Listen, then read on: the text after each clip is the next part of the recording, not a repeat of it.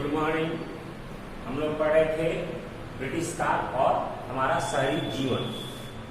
तो इसके बारे में हम लोगों ने जाना कि शहरों का निर्माण किस प्रकार हुआ, किन कारणों से शहरों का निर्माण हुआ, और औपनिवेशिक काल में जो हमारे पहले यानी औपनिवेशिक काल कहने का अर्थ ये है कि जब हमारे यहाँ अंग्रेज आए उससे पहले हमारे शहरों की स्थिति कैसे थी, किस प्रकार से शहरों का निर्माण होता था, किस प्रकार से शहर स्थापित किए जाते थे।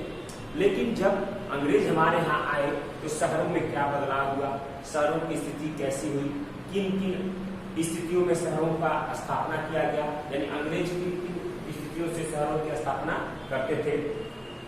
तो ये हम लोगों ने जाना। पिछले वीडियो में हम लोगों ने ये भी जाना कि हमारे शहरों के निर्माण में और पुराने जो हमारे पारंपरिक शहर थे वो कैसे नीचे चलते चले गए और कैसे उनमें परिवर्तन हुए। लेकिन जब अंग्रेज आए तो नए शहरों की स्थापना भी कैसी हुई और पुराने शहर कैसे कैसे धीरे धीरे पतन की ओर जाने लगे। तो ये सारी बातों को हमने जाना। हमारे यहाँ भारत में औद्योगिकरण के कारण भी बहुत सारे शहरों का निर्माण हुआ। यानी अगर देखा जाए तो उस समय अंग्रेजों के द्वारा, ब्रिटिश सरकार के द्वारा या यूरोपीय देशों के द्वारा जिन क्षेत्रों में अपनी कंपनियां लगाई गई वो क्षेत्र ज़्यादा विकसित होने लगे। जिन क्षेत्रों से व्यापार लोगों का बढ़ा वो क्षेत्र अच्छे शहरों के रूप में उभरने लगे। या जहाँ पर उन्होंने अपनी केंद्र बनाई, अपनी राजधानियां बनाई, अपना सेंटर बनाया, वो भी शहरों के रूप में विकास करने लगे। अब है आपका अगला टॉपिक शहरी जीवन और सामाजिक परिवेश, यानी शहरों में लोग कैसे रहते हैं, वहाँ का सामाजिक परिवेश क्या है। तो शहरों में लोग संपन्नता और गरीबी, यानी शहरों में हम संपन्न लोग, संपन्न कहने का मतलब धनिक लोग जो हर दिशा से संपन्न हो, हर तरीके से संपन्न हो, हर तरीके से उनका रहन सहन अच्छा हो, तो संपन्न लोग भी करते हैं। हम एक से एक गरीब भी देख सकते हैं वहाँ पर और एक से एक अमीर भी हम शहरों में देख सकते हैं। हम शहरों में बड़ी बड़ी ऊंची ऊंची बिल्डिंगों में रहने वाले लोगों को भी देख सकते हैं और सबसे गंदी जगहों पर और झाड़ियों में और झोपड़ियों में रहने वाले लोगों को भी हम लोग शहरों में देख सकते हैं। यानी शहरों में दोनों प्रकार के लोग रहते हैं। और शहर की जो सामाजिक परिवेश है, जो जिंदगी है, वो हमेशा दौड़ती भागती नजर आती है। यानी शहर में हमेशा लोग आते जाते हैं एक दूसरे कामों के लिए, एक दूसरे व्यवसाय के लिए, हमेशा भाग दौड़ बनी रहती है। तो ये स्थिति है शहर में। तो लोग एक दूसरे से मिलने का समय नहीं है, लेकिन टाउन हॉल, सार्वजनिक पार्क, रंगशालाओं, सिनेमा घरों आदि ऐसे ऐसे चीजों की स्थापना से शहरों में लोग आपस में अब मिलने जुलने लगे हैं। शहर में एक मिलने जुलने का एक स्थान वो लोग बना चुके हैं।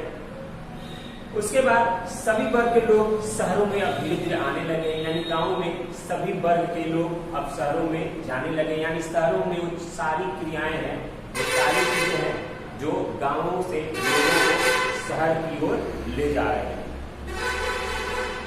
धीरे धीरे जैसे हम ये कहें कि शहरों में क्लर्कों, वकीलों, डॉक्टरों, टीचरों, इंजीनियरों, इनकी संख्या जो है, इनकी जो मांग है वो बढ़ती जा रही है। शहरों में इनकी मांग बढ़ती जा रही है। यही कारण है कि शहरों में एक मध्यम वर्ग का, मध्य वर्ग का उदय हुआ है और शहरों में मध्यम वर्ग का एक काफी प्रभाव रहा है। उसके बाद स्कूल, कॉलेज, पुस्तकालय जैसे शिक्षण संस्थानों के खुलने से भी वहाँ पर एक नई चेतना जागृति राजनीति हुई है, नया एक सामाजिक परिवेश बना है, नया विचारों का प्रसार हुआ है।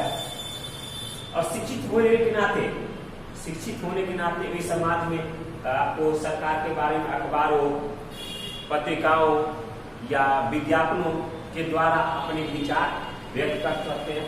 शहर के लोग शिक्षित हैं, शिक्षा का माहौल है वहाँ, तो शिक्षा होने के साथ कारण वो लोग सरकार के खिलाफ या सरकार के विचार, सरकार के पक्ष में अपने विचार व्यक्त कर सकते हैं, अपने विचार रख सकते हैं। तो ये सारी स्थिति शहरों में हुई है। उसके बाद शहरों में मेन है आप लोगों को विचार या चर्चा का एक दायरा पैदा हुआ है, एक तर्क देने का दायरा पैदा हुआ है, एक तर्क देने का आधार बनाया गया है शहरों को। तो ये शहरों में काफी हमारे जो ग्रामीण जीवन है उससे और शहरों से काफी अंतर है। हमारे ग्रामीण जीवन से हमारे शहरी जीवन का रहन सहन जो है वो काफी अलग है। वहाँ भाग दौड़ जिंदगी है और लोग भागते रहते हैं एक दूसरे कामों के लिए। दूसरी तरफ शहरों में महिलाओं के लिए भी अवसर बढ़े हैं। गांव में महिलाओं के लिए जो स्थिति है वो शहरों में वैसी नहीं है। शहरों में महिलाओं के लिए स्थिति दूसरी तरह की है।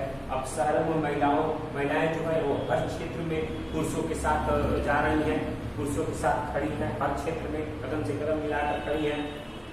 वे अपने जो गांव में जिस तरह एक चार दीवारी के अंदर बंद हैं औरतें, जो एक पर्दा में बंद हैं, लेकिन शहरों में ऐसी स्थिति नहीं है। शहरों में अपने चार दीवारी से बाहर आकर, अपने पर्दे से बाहर आकर वो हर काम में अपना साथ दे रही हैं और अपना प्रभाव जमा रही हैं। उसके बाद आपको देखिए तो शहरों में शिक्षिका के रूप में, फिल्मों के रूप में, फैक्ट्री मजदूर आदि इन नौकरानियों के रूप में भी महिलाओं की संख्या बढ़ी है। यानी महिलाओं के लिए हर क्षेत्र में वहाँ रोजगार भी बढ़े हैं और यही कारण है कि महिलाओं की उपस्थिति शहरों में हर क्षेत्र में ज्यादा देखी जा रही है। उसके बाद शहरों में मेहनत करने वाले लोगों का एक वर्ग उभर कर सामने आया। क्यों? क्योंकि ग्रामीण क्षेत्र में जो लोग रह रहे हैं वो अपने काम की तलाश में, अपने रोजगार की तलाश में वो शहरों की तरफ भाग रहे हैं और शहरों की तरफ जाने से शहरों में वो ज्यादा मेहनत करने वाले हैं और ज्यादा मेहनत भी कर रहे हैं। तो एक नया वर्ग आया है, मजदूर वर्ग, जो सबसे अधिक शहरों में मेहनत करता है।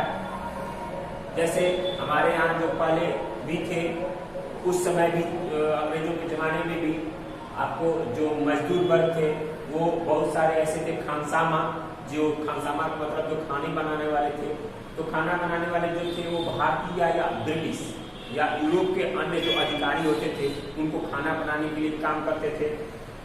उसके बाद गाड़ीवान थे, चौकीदार थे और जो कि अपने मालिकों को कई तरह की सेवाएं देते थे, कई तरह की सेवाएं प्रदान करते थे।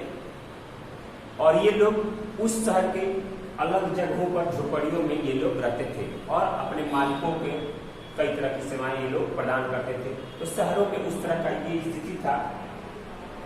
तो उस समय जो शहरों का निर्माण होता था वो हमारे कुलीन वर्ग जो है, या उस समय ब्रिटिश सरकार जो थी, ब्रिटिश सरकार के पहले जो राजाओं का दौर था, मुगल साम्राज्य था, तो वो अपनी क्षेत्र में जो अपनी स्थिति को देखते हुए, अपनी सुरक्षा की दृष्टि से देखते हुए, जो पुराने जमाने में जो राजा किला बनाते थे वो एक शहर का रूप में रहता, उसमें हर तरह की व्यवस्था की जाती थी। लेकिन जब औपनिवेशिक काल आया, औपनिवेशिक काल का मतलब जब यहाँ अंग्रेजों का शासन आया तो शहरों की स्थिति में परिवर्तन हुए और जो औद्योगिकरण के कारण शहरों का विकास हुआ। शहरों में नई तरह की व्यवस्थाएं लागू हुई, नई तरह के कानून लगाए गए और जो पहले के रहन सहन थे उन रहन सहन में काफी बदलाव हो चुका था शहरों में। और शहर के जो लोग थे वो अपने आप को ज्यादा समझदार भी होने लगे। क्योंकि शहरों में उस तरह की व्यवस्था होने लगी, शिक्षा की व्यवस्था, शिक्षण संस्थानों की व्यवस्था होने लगी। शहरों में अब महिलाएं जो थी वो भी निकल कर धीरे धीरे आने लगी। उस समय महिलाओं की भागीदारी शहरों में बढ़ने लगी। अन्य कई तरह के काम जो थे, जो रोजगार मिलने लगे मजदूरों को। तो उस समय जो खेती, जिनके पास खेत की कमी थी, जिनके पास जमीन नहीं थी, वो मजदूर जो ग्रामीण में रहते थे अब वो शहरों की तरफ आने लगे। क्योंकि शहरों में रोजगार के अवसर पैदा हो चुके थे और वो लोग शहरों में बसने लगे। कितने बहुत सारे लोग गए और शहरों में बस भी गए। ये था हमारे औपनिवेशिक काल में शहरों का परिवेश, उनका सामाजिक परिवेश, इस तरह से वो समाज में रहते थे। ग्रामीण से अलग शहरी जीवन का परिवेश होता था। तो ये बातें को हम लोगों ने जाना। अगले वीडियो में हम लोग पढ़ेंगे भागलपुर शहर, यानी बिहार का एक भागलपुर शहर। वो शहर भी अपने परंपरा के अनुसार, अपने परंपरावादी गुणों के अनुसार, अपनी काबिलियत के अनुसार पूरे भारत में अलग पहचान रखता है। अपना भागलपुर शहर, बिहार का एक भागलपुर शहर। उसके बारे में हम लोग अगले वीडियो में जानेंगे कि आखिर वो क्या भागलपुर शहर उस समय अपनी पहचान रखता था और वो उस समय के औपनिवेशिक शहर जो थे उनसे कैसे वो भिन्न था। औपनिवेशिक शहरों के अलावा वो भागलपुर अन्य शहरों से कैसे भिन्न था, कैसे अलग था, कैसे अलग अपना पहचान रखता था। इन सारी बातों को हम लोग जानेंगे अगले वीडियो में। इस वीडियो में इतना ही। धन्यवाद।